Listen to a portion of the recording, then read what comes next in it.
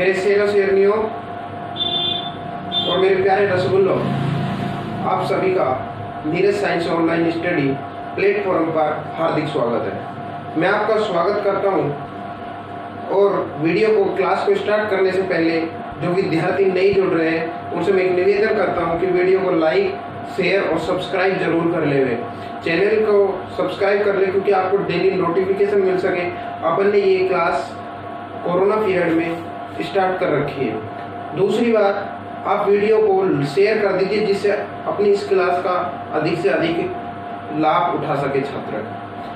Notification आपको daily अपनी जो क्लास है वो 9 बजे मॉर्निंग में लगती है और अपने क्लास स्टार्ट करने से पहले अपन एक नई सुविचार के साथ अपन क्लास स्टार्ट करते हैं। दोस्तों, उठो जागो और लक्ष्य प्राप्ति तक मत रुको।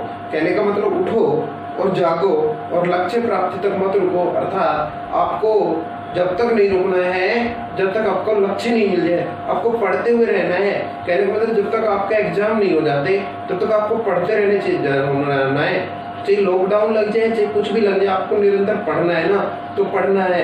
यही तो Jagdamba senior secondary school Kot Kashi ने ऑनलाइन स्टडी क्लास की शुरुआत कर रखी है। कोट काशी में किसी ने भी नहीं कर रखी। ठीक है, तो मेरे प्यारे बच्चों, आप इस वीडियो को पढ़ते, वीडियो को लाभ उठाएं और डेली क्लास को पढ़ें। तो देखो, आज अपन पढ़ रहे हैं प्रकाश का अपवर्तन। क्या पढ़ रहे हैं? प्रकाश अपवर्तन पढ़ रहे हैं। परावर्तन अपन ने पढ़ लिया, दर्पण वगैरह अपन ने पढ़ लिया। 50% अपना चैप्टर हो चुका है, पहले की वीडियो देख लेना।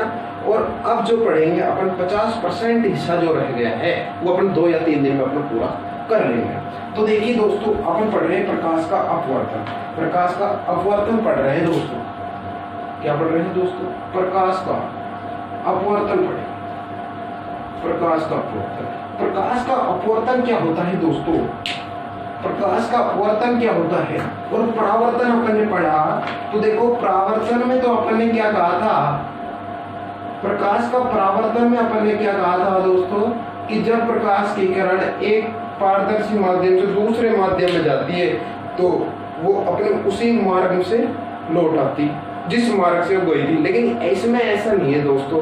इसमें ये है जब प्रकाश की किरण एक पारदर्शी माध्यम से दूसरे पारदर्शी माध्यम में गमन करती है तो पृथक्कारी पृष्ठ पर अपने मार्ग से विचलित हो जाती है। ये अपवर्तन उसमें विचलित नहीं होना था, लेकिन अपवर्तन में दोस्तों विचलित होता है। समझे? उसमें तो जिस पथ से गई है और उसी पथ से लौट आती है। लेकिन अपवर्तन में दोस्तों क्या होता है कि जब प्रकाश की किरण एक पारदर्शी माध्यम से दूसरे पारदर्शी माध्यम में गमन करती है तो पृथक्कारी पृष्ठ से टकराकर अपने मार्ग से विचलित हो जाती है। जो ये प्रकाश की जो घटना है इसको अपन कहते हैं दोस्तों प्रकाश का अपवर्तन। अब प्रकाश का अपवर्तन क्यों होता है? प्रकाश का अपवर्तन क्यों होता है दोस्तों? प्रकाश का अपवर्तन वेग में कमी के कारण होता है, वेग में परिवर्तन के कारण होता है। वेग में किसके कारण होता है दोस्तों? प्रकाश के वेग में परिवर्तन के कारण अपवर्तन होता है। अब वो वृद्धि होती है या कमी होती है उसके बारे में आपको नोट में लिखवा दूंगा। प्रकाश का सर्वाधिक जो वेग होता है बुद्धिमान निर्वात में 3 × 10⁸ मीटर प्रति सेकंड होता है। समझे? तो अपन पहले पढ़ लेते हैं। प्रकाश का अपवर्तन समझाऊंगा मैं अच्छी तरीके से, बिल्कुल। फिर अपन जो इस वीडियो में पढ़ेंगे वो मैं आज आपको बता देता हूँ। प्रकाश का अपवर्तन, उसकी परिभाषा एग्जाम में आ सकती है। दूसरी बात, प्रकाश का अपवर्तन क्यों होता है, डायग्राम आपको, नियम पढ़ेंगे और कुछ बिंदु जो नोट है अपने इस क्लास से एक भी सवाल बाहर नहीं जाएगा। इसमें से इस वीडियो क्लास में से एक सवाल आपका पक्का आएगा। तो देखो, प्रकाश का जो अपवर्तन पढ़ेंगे अपन सबसे पहले। तो प्रकाश का अपवर्तन, जब प्रकाश की किरण, एक बार मैं आपको रिवाइज करा रहा हूँ, जब प्रकाश की किरण एक पारदर्शी माध्यम से दूसरे पारदर्शी माध्यम में गमन करती है तो पृथक्कारी पृष्ठ पर अपने मार्ग से विचलित हो जाती है। इस घटना को प्रकाश का अपवर्तन कहते हैं। देखो जो दोस्तों, प्रकाश का अपवर्तन क्या है? जब प्रकाश की किरण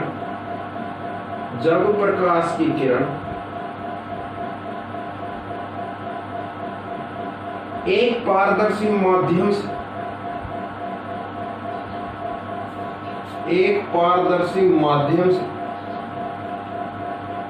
दूसरे पारदर्शी माध्यम पारदर्शी माध्यम में गमन करती है। जब प्रकाश की किरण एक पारदर्शी माध्यम से दूसरे पारदर्शी माध्यम में गमन करती है तो पृथककारी पृष्ठ पर अपने मार्ग से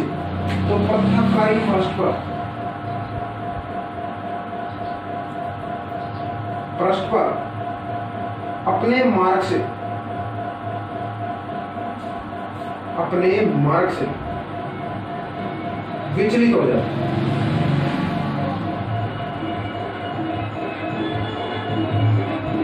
इस घटना को प्रकाश का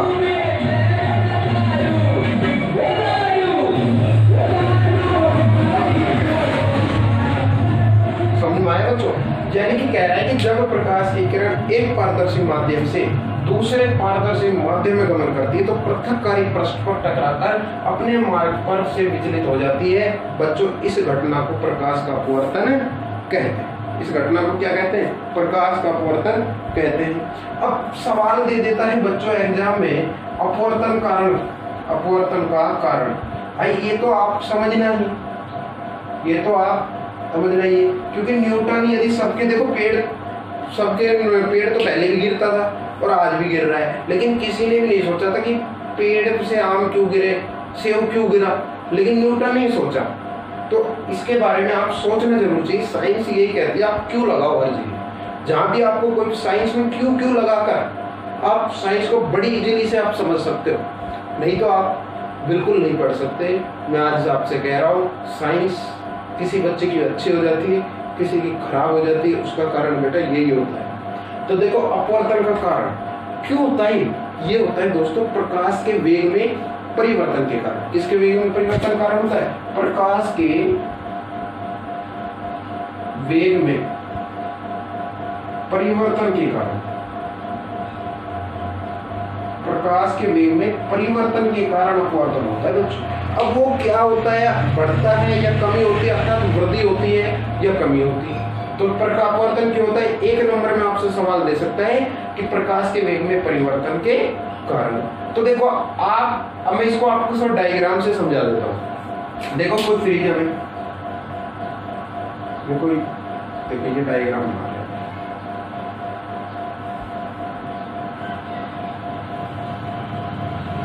समझ में नहीं आता है तो आप रिप्लाई कमेंट में लिख दिया करो बच्चों, ठीक है बच्चों? अब क्या करना है आपको, ये किरण लेनी है, आपतित किरण करानी है। उसके बाद में ये कराकर अपने मार्ग से क्या हो जाती है बच्चों? विचलित हो जाती है। क्या हो जाती है बच्चों? विचलित हो जाती है। ये जो किरण है वो बच्चों आपतित किरण है। कौन सी किरण है बच्चों? आपतित किरण। दूसरी बात, इस डायग्राम को मैं बाद में चलो एक बार समझा देता हूं आपको, फिर बाद में नियम में अपन दोबारा पढ़ेंगे। इसमें ये जो किरण है ये बच्चों अपवर्तित किरण है। कौन सी किरण है बच्चों? अपवर्तित किरण। ये जो किरण है बच्चों ये है बच्चों निर्गत किरण। कौन सी किरण है बच्चों? निर्गत किरण। आपको वैसा भी समझना है, आपको बता देता हूं कि कैसे है। ये माध्यम फर्स्ट है बच्चों, ये माध्यम सेकंड है, ठीक है? यहां से क्या होगा? आई आर यानी आपतन कोण और अपवर्तन कोण। ऐसे यहां पे कंडीशन हो जाएगी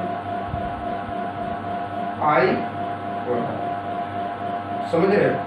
तो कहने का मतलब ये है कि देखो जब प्रकाश की किरण अपने मार्ग से विचलित हुई या नहीं हुई या नहीं हुई, यदि बच्चों ये मार्ग से विचलित नहीं होती, यदि ये किरण ऐसे चली जाती तो बच्चों, मेरे प्यारे बच्चों, ये तो अभिलंब है ही, ये तो अभिलंब है, ये तो मध्य अभिलंब बन जाता और अवधि है।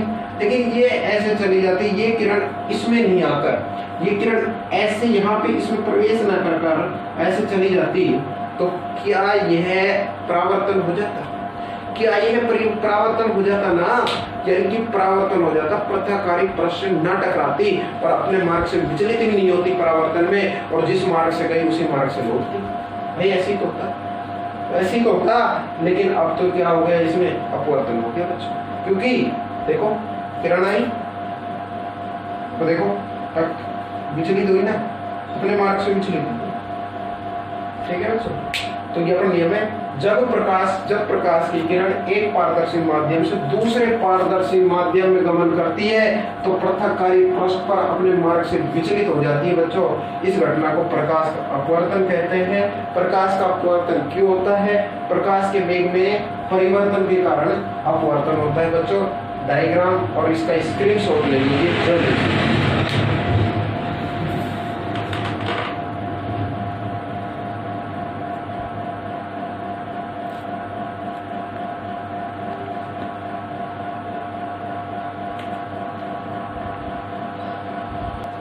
हाँ, अब बच्चों अपन इतना पढ़ लिया, जब दो नोट आते हैं इंपॉर्टेंट, वेरी इंपॉर्टेंट, 3 नोट लिखवाऊंगा मैं अभी इस डायग्राम का, उसके बाद में अपन सीधा नियम पढ़ेंगे।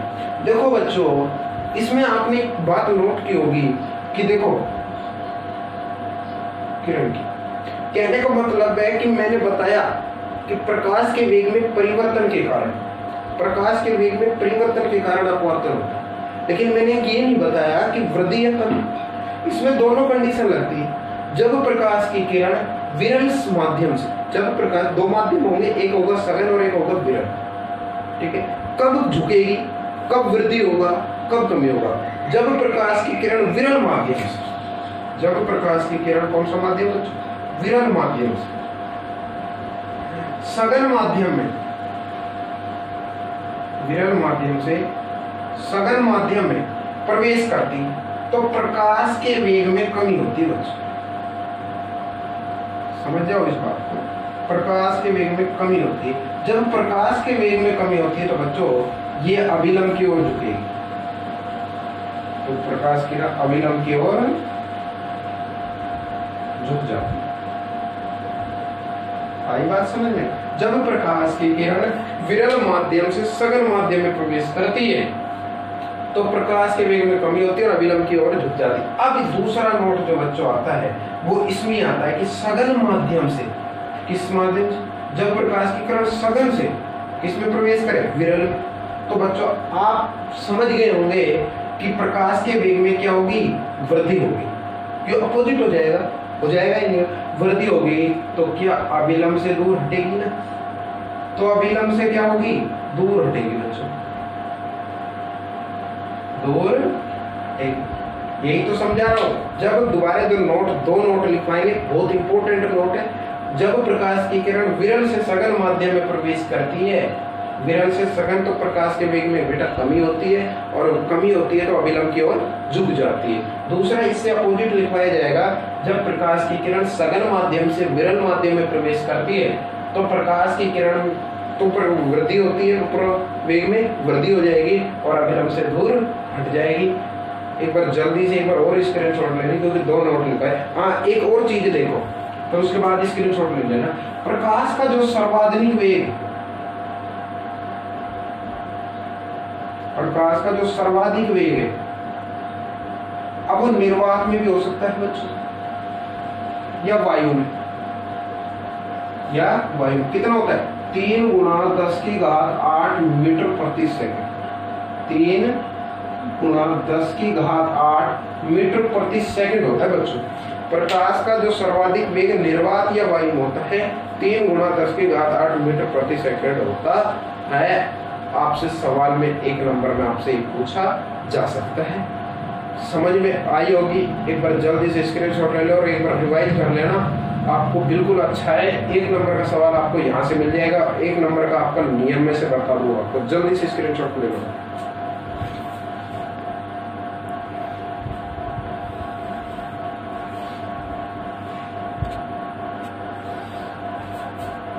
अब बच्चों अपन ने अपवर्तन कोण पढ़ लिया, अब सॉरी प्रकाश का अपवर्तन पढ़ लिया, क्यों होता है ये पढ़ लिया, और अपने डायग्राम में पढ़ लिया। जो 3 नोट लिखवाए मैंने बहुत इंपॉर्टेंट नोट थे। अब अपन जो पढ़ेंगे वो पढ़ेंगे प्रकाश का अपवर्तन के नियम। क्या पढ़ेंगे? प्रकाश का अपवर्तन के नियम। आप सभी बच्चे बिल्कुल आप अपना फोन पर ध्यान रहे, क्योंकि ये नियम जो है ये आपके सीधे डायग्राम से पूछे जाएंगे। जो डायग्राम अपन पहले बनाए थे वही डायग्राम में दोबारा बनाया।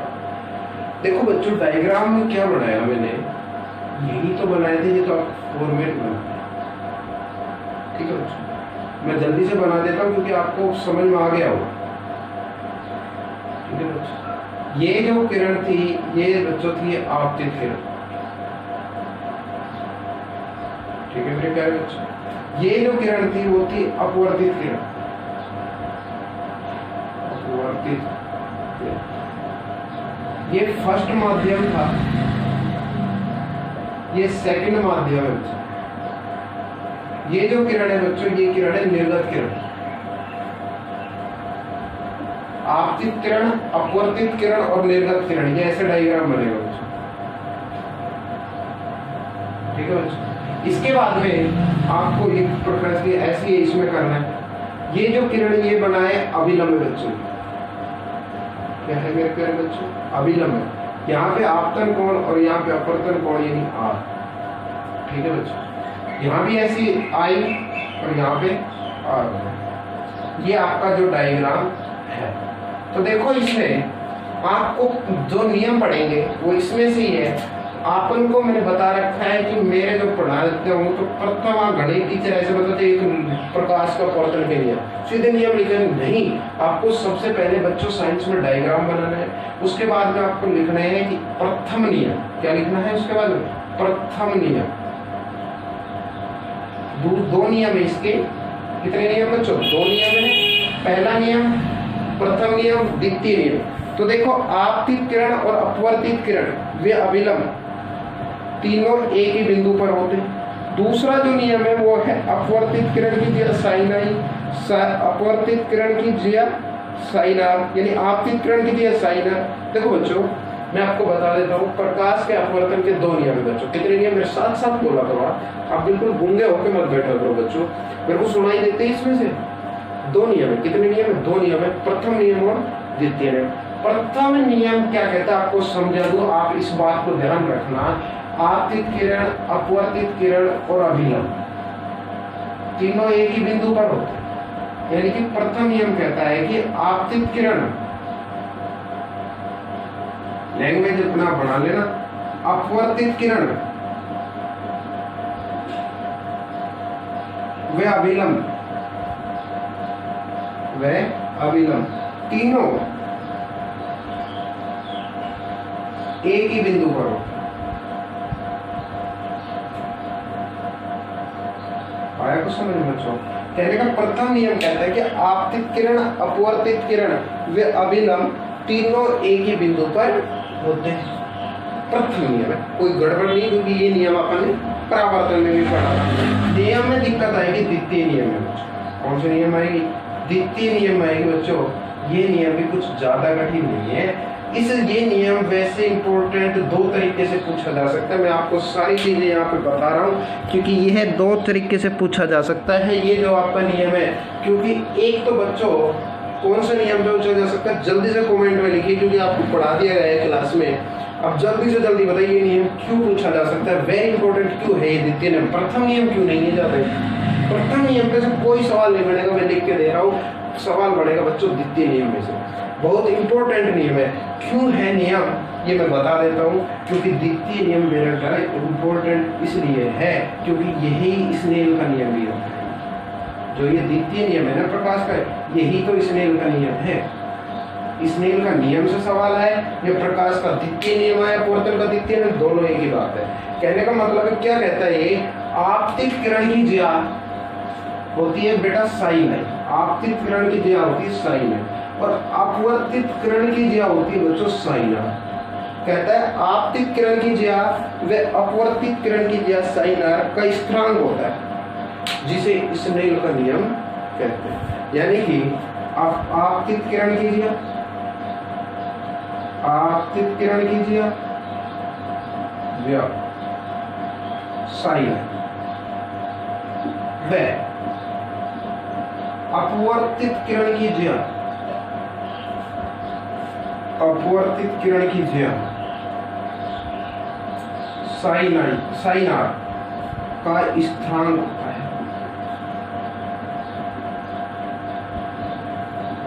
जिसे स्नेल का नियम कहते हैं।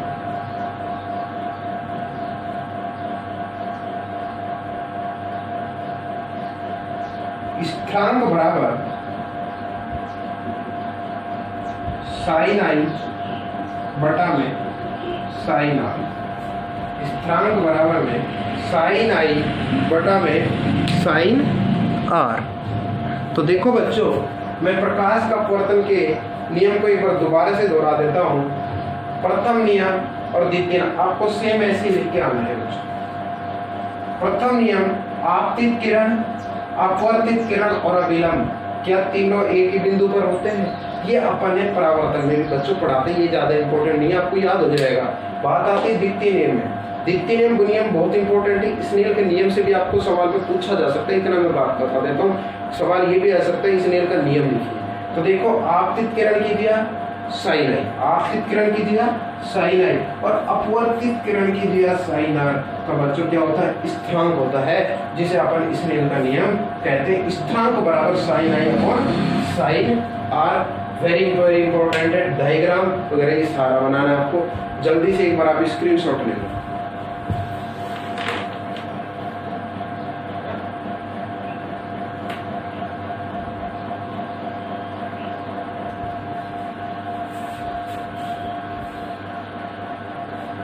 देखो बच्चों, अपन ने अपवर्तन के नियम पढ़ लिया अच्छी तरह से। अब पढ़ेंगे अपवर्तन, जो प्रथम माध्यम और द्वितीय माध्यम ये था, और प्रकाश का वेग के अनुपात को। तो देखो बच्चों, ये भी एक अपना जो टॉपिक होगा बच्चों को होगा अपवर्तनांक। क्या होगा?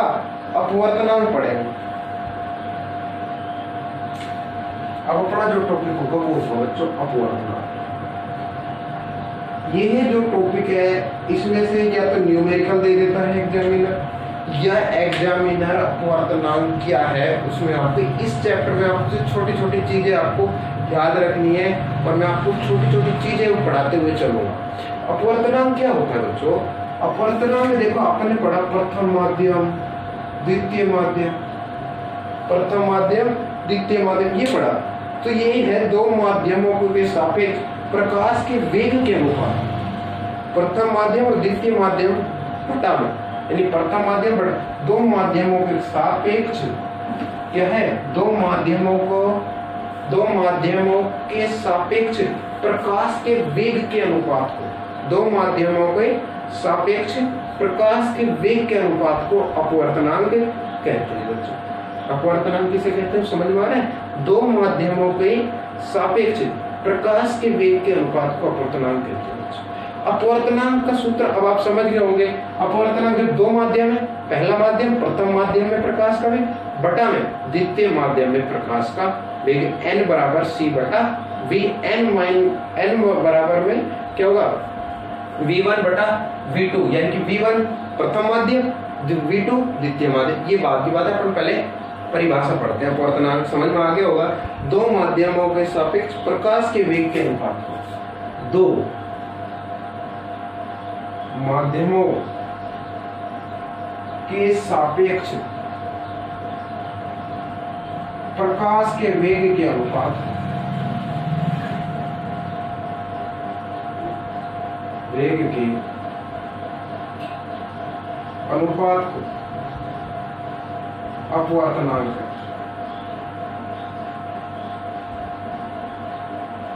समझ में आया कुछ?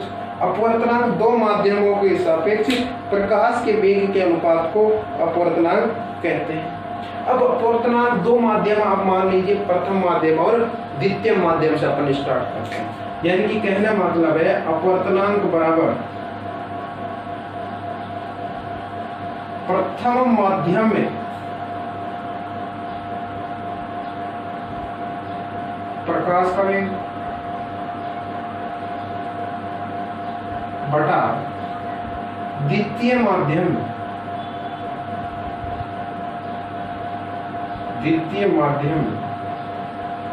प्रकाश का वेग। समझे? प्रथम माध्यम में प्रकाश का वेग बटा द्वितीय माध्यम में प्रकाश का वेग। अब प्रथम माध्यम में प्रकाश के वेग को बच्चों में शॉर्ट में अब इतना बड़ा में तो न्यूमेरिकल में आ जाता है, ऐसे कोई लिखोगे, तो इसलिए मैं इसको छोटा के प्रथम माध्यम में प्रकाश के वेग को मैं वी वेग को वी, तो प्रथम है इसलिए वी फर्स्ट, द्वितीय माध्यम में प्रकाश का वेग वी सेकेंड, अपवर्तनांक बराबर को एन से दर्शा देता हूँ, एन बराबर v1 बटा में v2। ये क्यों लिखा बेटा मैंने v1 बटा v2? प्रथम माध्यम में प्रकाश का वेग v1 है और द्वितीय माध्यम में प्रकाश का वेग है v2। समझ में आ गया होगा। अब इसको अपन शॉर्ट में n, ये इसको अपन ऐसे लिख सकते हैं n1 यानी कि प्रथम माध्यम और द्वितीय माध्यम का अपवर्तनांक बराबर में c बटा v। ये भी सही है, ये भी सही है, दोनों आपके लिए सही है। एंड अब मैं इसको अपने यहाँ पे देख सकता हूँ सी क्या है वी क्या है, क्योंकि आप कंफ्यूज हो जाओगे, क्योंकि मैं तो कुछ ही देर के लिए हूँ, बाद में तो आपको याद करना है। एन क्या है यहाँ पे बच्चों समझ गए होंगे, यहाँ एन क्या है अपवर्तनांक, समझते हुए चलो क्योंकि न्यूमेरिकल करेंगे इसका ही। एन क्या है अपवर्तनांक है बच्चों, और सी क्या है वायु में प्रकाश का वेग। वायु में क्या है बच्चों प्रकाश का वेग है, v क्या है फिर v भी बच गया ना। द्वितीय माध्यम में वेग है बच्चा, द्वितीय माध्यम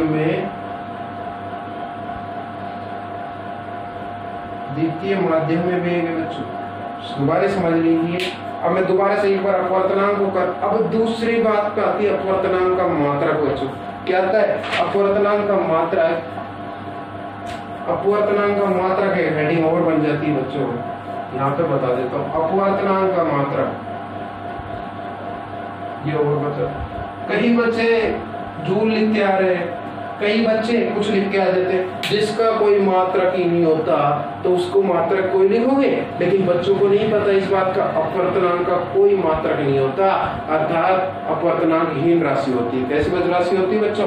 अपवर्तनांक का मात्रक हीन राशि होती है, हीन राशि जिसका कोई मात्रक ही नहीं है और उसकी कोई कहानी नहीं है। अपवर्तनांक मात्रक हीन राशि होती है, अपवर्तनांक का कोई मात्रक नहीं होता है। तो देखो अपवर्तनांक क्या पढ़े, दो माध्यमों के सापेक्ष प्रकाश के वेग के अनुपात को अपवर्तनांक कहते हैं। अपवर्तनांक बराबर दो माध्यम यानी प्रथम माध्यम और द्वितीय माध्यम, प्रथम माध्यम में प्रकाश का वेग बटा द्वितीय माध्यम में प्रकाश का वेग। क्या ये इस परिभाषा से स्पष्ट हो रहा है क्या? बराबर प्रथम माध्यम में प्रकाश का वेग, वेग को v से दर्शाते हैं, इसको प्रथम में आ रहा है तो v1 लगा दो, द्वितीय माध्यम में प्रकाश का वेग v2 लिख सकते हो।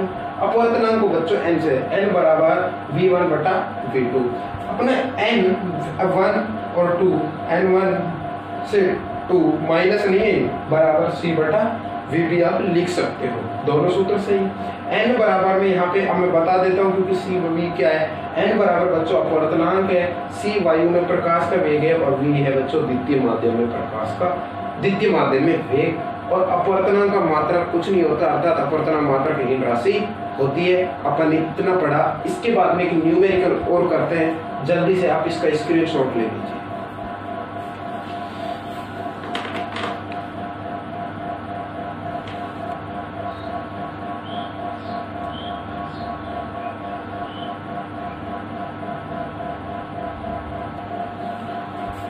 देखो बच्चों अपवर्तनांक में एक बार दोबारा रिवाइज करा दे, क्योंकि अब जो मैं कराने जा रहा हूँ वो बहुत इंपॉर्टेंट न्यूमेरिकल है।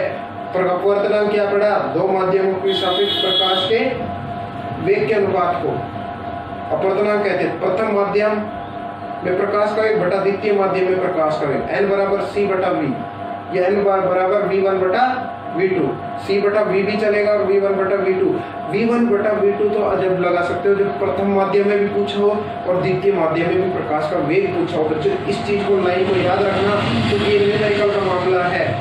प्रथम माध्यम में प्रकाश का वेग आपको न्यूमेरिकल में दे दे, बटा द्वितीय माध्यम में प्रकाश का वेग भी आपको दे दे, यानी प्रथम माध्यम में भी प्रकाश का वेग आपको दे दे एग्जामिनर प्रश्न में, और द्वितीय माध्यम में तो आप प्रथम माध्यम का मान लिखो, जैसे 2 है, बटा द्वितीय माध्यम का 2 दे, 2 है, 1 आ गया उसमें। लेकिन बच्चों जब बात आती है एक का ही, जब कितने का दे, एक ही माध्यम का दे पूछ ले और दूसरे का एक माध्यम का दे और प्रकाश का वेग पूछ ले, तो बेटा c बटा v वाला सूत्र आपको लगाना है। तो देखिए आपके लिए न्यूमेरिकल की तरफ लेकर चलता हूँ, जल्दी देखिए वीडियो को। एक प्रकाश की किरण वायु से कांच में प्रवेश करती है, इसमें प्रवेश करती है, वायु से कांच में प्रवेश करती है। यदि कांच का अपवर्तनांक 1.50 कितना है, 1.50 है, तो कांच में प्रकाश का वेग ज्ञात कीजिए। एक का दे दिया, एक का दिया ना, क्या दूसरा माध्यम का दिया? नहीं दिया। तो प्रकाश का वेग बच्चों सर्वाधिक निर्वात में कितना होता है या वायु में कितना होता है? कांच का दिया इसने, वायु का दिया, वायु से कांच में प्रवेश करती, वायु से किस में प्रवेश करती है बच्चों? इस चीज को समझो आप। देखो वायु से कांच में प्रवेश करती है, किसमें प्रवेश करती है? वायु से कांच में प्रवेश करती है। जब वायु से कांच में प्रवेश करती है, क्या प्रथम माध्यम वायु हुआ? क्या कांच द्वितीय माध्यम हो गया? क्या हुआ ना? आप इसको यदि इंटेलिजेंट बच्चे हो तो आप इसको सीधा कर सकते हैं। वायु का प्रकाश का सर्वाधिक वेग निर्वात या वायु कितना होता है? 3 × 10⁸ मीटर प्रति सेकंड बच्चों। कांच का आपके सामने दिया वो है 1.5 1.50। 3 × c/v, ये प्रथम माध्यम तो वायु हुआ, ये द्वितीय माध्यम हुआ। देखो दोनों तरीके से बताऊंगा, c/v या आप v1/v2 लगा लो। तो देखो 3 × 10⁸ बटा में 1.50, 3 × 10⁸ समझ रहे हो ना, वायु का है और द्वितीय का वायु का सर्वाधिक। 3 × 10⁸ एक दशमलव हटाने के लिए क्या डबल जीरो यहाँ आ जाएगी? क्या ये 150 हो जाएगी? 150 दूनी 300, क्या 2 × 10⁸ आ गया? क्या मैं मात्रक लगाऊं? नहीं लगा सकता, क्योंकि इसका कोई मात्रक ही नहीं होता, अर्थात ये राशि होती है। पहली बात तो ये हो गई। दूसरी बात अपन करेंगे अब इसको स्टेप टू स्टेप करते हैं। देखो बच्चों, आपको इतना तो समझ में आ ही गया होगा कि ये 3 × 10⁸ मैं बता देता हूँ। प्रथम माध्यम वायु से कांच में प्रवेश करती, क्या प्रथम माध्यम वायु आया, द्वितीय माध्यम कांच आया, क्योंकि कांच में प्रवेश करती है। तो वायु के लिए अपन 3 × 10⁸ यूज लेंगे और कांच के लिए अपन ने 150 दे रखा है। तो देखिए बच्चों, c बराबर 3 × 10⁸ मीटर प्रति सेकंड आएगा, कुछ और है। v का 150, क्योंकि कांच का अपवर्तनांक आपसे प्रश्न में दे दिया, ठीक है। क्या ज्ञात करना है? n ज्ञात करना है, या अपवर्तनांक आपको ज्ञात करना है। क्या सूत्र होता है? n बराबर c/v होता है, c/v होता है बच्चों। तो देखो आप मान रखो, c का मान बताओ, 3 × 10⁸ बटा में 3 × 10⁸ बटा में 1.50, यही तो है c/v। c का मान रख दो, v का, c का 3 × 10⁸ है और v का 1.50। अब ये क्या करे कि यहाँ इस दशमलव हटाने के 2 अंक लगा दो, 2 जीरो लग जाएगी, 300 हो जाएगा। क्या ये 150 हो ही गया? क्या ये 150 हो गया ना? तो 150 दूनी 300 कट गए यहाँ पे। क्या n बराबर में 2 × 10⁸ आ गया? क्या इसका कोई मात्रक मीटर प्रति सेकंड लगाऊं? नहीं। क्या इसका जूल लगाऊं? नहीं। इसका कोई मात्रक नहीं होगा बच्चों, यानी कि ये मात्रकहीन राशि, अर्थात अपवर्तनांक का कोई मात्रक नहीं होता है। अपवर्तनांक का कोई मात्रक नहीं होता है। दोबारा समझ लीजिए, एक प्रकाश की किरण वायु से कांच में प्रवेश करती है, अर्थात प्रथम माध्यम से द्वितीय माध्यम में प्रवेश करती है। वायु प्रथम माध्यम हो गया और प्रकाश का सर्वाधिक वेग निर्वात या वायु में 3 × 10⁸ मीटर प्रति सेकंड होता है, जो मैंने पहले मैंने एक नोट में लिखवा दिया गया है आपको। यदि कांच का अपवर्तनांक 150 है, इसका 1.50 ही आपसे दे दिया है सवाल में। वायु का आपको पता है, कांच का आपको पता है, तो बटा करके आंसर निकाल दो ना। तो कांच में प्रवेश का वेग ज्ञात कीजिए। तो देखो c बराबर कितना है, का वायु में प्रकाश का वेग कितना है बताओ? 3 × 10⁸ मीटर प्रति सेकंड। c बराबर v का कितना 1.50 है। तो n बराबर आपको पूछना है, यानी अपवर्तनांक को ज्ञात करना है। c/v कितना है? वायु में प्रकाश को 3 × 10⁸ बटा v 1.50। 1.3 देखो, 3 × 10⁸ बटा में 1.50 है बच्चों। तो ये पॉइंट हटाने के लिए कई बच्चे सोच रहे होंगे 300 कहाँ से आ गए, तो 1 पॉइंट हटाने 2 अंक 1 2 300 हो जाएंगे, डबल जीरो लग जाएगी 300, 150 बढ़ गए नहीं, 150 बढ़ गए, 150 एकम 150, 150 दूनी 300, 2 गुणा 10 की घात 8 आ जाएगा। ठीक है, यही तो आंसर है, इसके आंसर आएंगे 2 गुणा 10 की घात 8, 2 गुणा 10 की घात 8। अब मैं फालतू की चीजों को हटा देता हूँ, जैसे मैंने ये समझाया ना, इसका आप स्क्रीनशॉट ले लीजिए जल्दी, मैं साइड में हो जाता हूँ।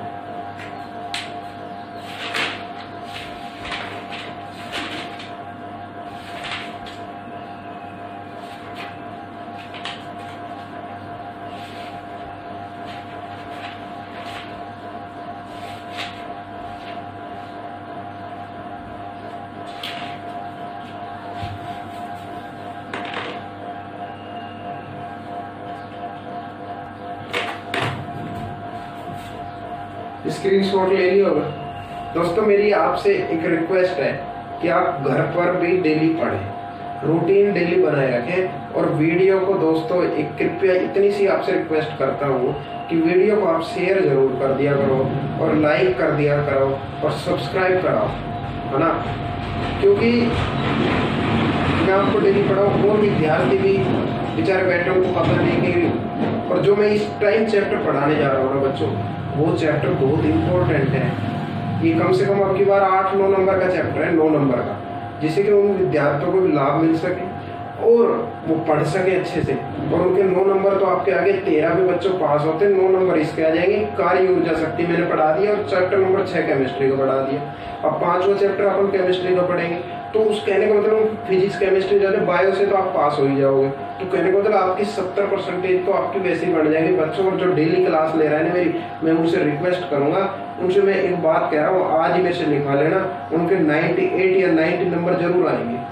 क्यों आएंगे? क्योंकि एक बार उन्होंने पढ़ लिया, अब थोड़ा थोड़ा और पढ़ लेंगे, उनके 100 आएंगे। और जो बच्चे पहले इंटेलिजेंट थे और जो बहुत इम्पोर्टेंट बहुत होशियार बनते थे ना अपने आप में, मैं आज लिख के दे रहा हूँ, बच्चों वो फेल हो जाएंगे यदि वीडियो को नहीं देखा, और क्योंकि और मैंने क्लास नहीं ली, क्योंकि उनका सब कुछ बम्बा गोल है, यानी कि पृथ्वी गोल है ना, तो उनका भी वही बात है, उनके दिमाग में कीड़ा चल रहा है यदि अध्ययन नहीं किया तो। क्योंकि पहले कितनी भी मेहनत की हो, एग्जाम टाइम में मेरे क्लास में एक बच्ची बैठती थी, उसका नाम मेरे याद नहीं है, उसका नाम तो था, क्या नाम था उसका, जो थी कोने में बैठती थी बच्ची, इसलिए पढ़ते आगे बैठे, वो कोने में बैठती थी, उसका 99 नंबर आ गए साइंस में। कितने नंबर आ गए साइंस में? 99 नंबर आए। बताओ, जब जिस टाइम में फर्स्ट बार पढ़ाता था, फर्स्ट बैच था मेरा, तो इसलिए मैं आपसे रिक्वेस्ट कर रहा हूँ कि आप डेली पढ़ें, अध्ययन करें और वीडियो को लाइक शेयर एंड सब्सक्राइब जरूर करें। थैंक्स।